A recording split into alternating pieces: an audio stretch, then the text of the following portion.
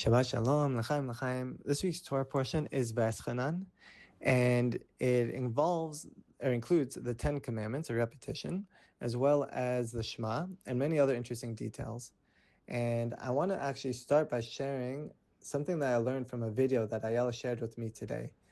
The video was by a man named Wayne Dyer, who was an author for self-help books, as well as a motivational speaker.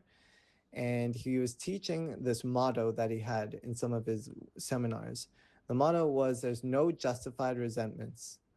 And what he means by this is that, and he gives this analogy, that no one ever died from a snake bite. The snake bites you, but it's the venom that seeps through them for years after, that's what kills them. That's what leads to the damage.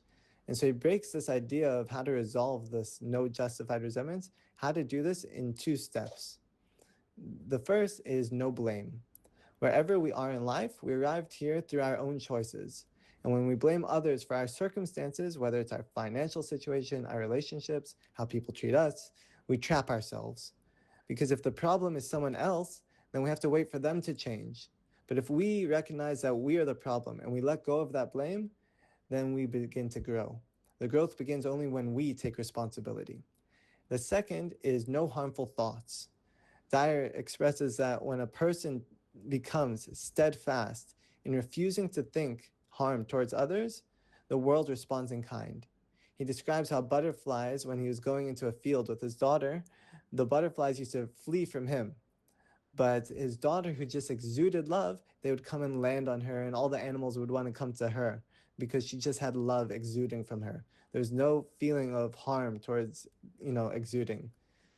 And so he says that because she radiates this love, all of creation feels safe around her. And he expresses that he learned this from some guru, that when a person stops exuding out hate and starts exuding love, all of creation will respond in kind and will respond with love. And this struck me deeply because it connects so beautifully, I believe, to the Shema. And Ayala helps me with this. That Hashem, when we say Shema Yisrael, Hashem Elokeinu, Hashem Echad, it means that everything is one. Every moment, every challenge, every blessing is guided by Hashem's hand. And if I truly believe that Hashem brought me to this moment, with my decisions, and I take ownership of my decisions, I don't blame others, it's me and Hashem in this journey, then there's no one left to blame. I made decisions, Hashem guided me to where I need to be, and now I can grow, and I can become my best version of myself because Hashem is the one that's guiding me.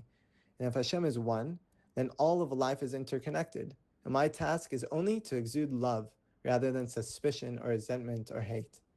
If I can exude love, then the world around me will respond in kind. And that's what they say. The Echad is Gematria 13, which is the same as Ahava, love. So we must exude this love and we'll see the oneness of Hashem.